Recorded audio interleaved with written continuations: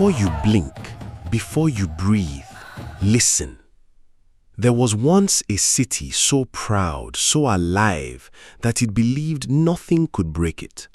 Until the night fear came wearing a mask of straw, and Ile-Ife began to tremble.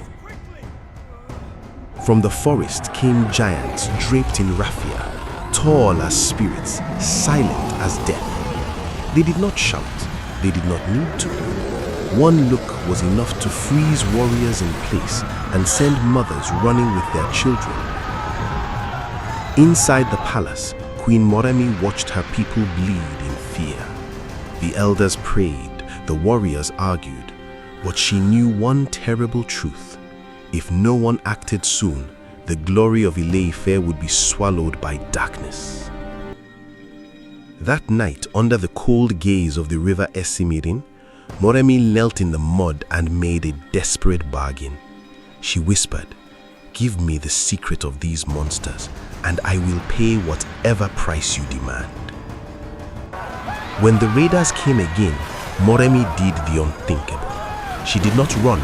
She stepped into the open marketplace, lifted her chin, and stared fear in the face as if it had no power over her. The monsters seized her roughly and dragged her away.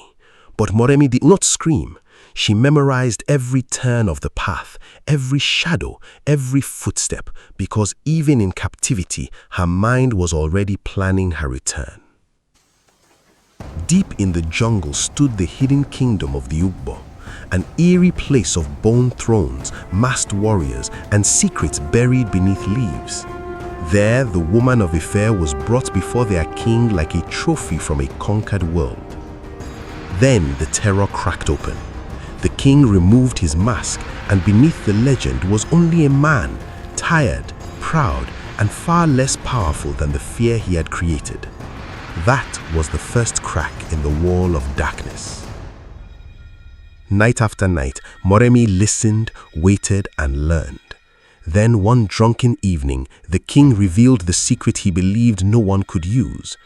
We are not spirits, we are men, and fire is our greatest enemy. The moment she heard it, Moremi knew the battle was already won. She slipped away through the forest, barefoot and bleeding, carrying the only weapon that mattered now, the truth. At dawn, she staggered through the gates of Ile-Ife like a ghost returning from the dead. The guards stared in disbelief, but Moremi had no time for wonder. She had come back with salvation. Before the Ooni and the warriors, Moremi stood with the force of thunder. They are not gods, they are men in costume. Give me fire, and Ile-Ife can rise again. This time, the warriors did not carry only spears, they carried torches, they carried courage, and in their hands, fire became the language of freedom. Then the forest opened its mouth once more. The masked raiders came charging toward the city, believing fear still ruled the night. But this time, the gates of Ile-Ife were waiting. At Moremi's signal, fire rained from the walls, the torches flew like angry stars, and the dry raffia of the so-called spirits burst into flame in a thunder of light and smoke. One by one, the masks burned away. Underneath the terror were only men, shouting, stumbling, falling. The illusion shattered, and with it the power that had tormented a nation. The warriors of Ile-Ife surged forward. The forest army fled. The city that had once trembled now roared with victory, and the darkness that had held them for so long finally broke apart. The streets filled with drums, with dancing, with tears of joy. Moremi was lifted on shoulders and praised as a savior. But even in triumph, her eyes carried the shadow of a price still waiting to be paid. Then the air changed.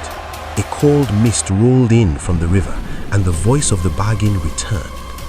Moremi stopped smiling because she remembered the promise she had made in desperation. She walked slowly home, looking at her husband, looking at her son, knowing the cruel truth. The price of saving a city is sometimes the breaking of a mother's heart. At dawn, Dressed in white, Moremi took her son by the hand and walked toward the river. Behind her, the city watched in silence, understanding that some victories are too heavy for words. She kissed her son, held him close, and stepped into the water with him. The river received them gently, as if it knew it was taking not it. And then the impossible happened. The dark water turned to gold, and from it, the people of Ile-Ife fell to their knees. They had not only witnessed a miracle, they had witnessed the birth of a legend, one born from fire, courage, and a mother's unbearable love. To this day, the drums of the Edi festival still remember her name, Moremi Ajasoro, the queen who walked into fear, defeated an army, and paid with her heart so her people could live forever. Never forget her name.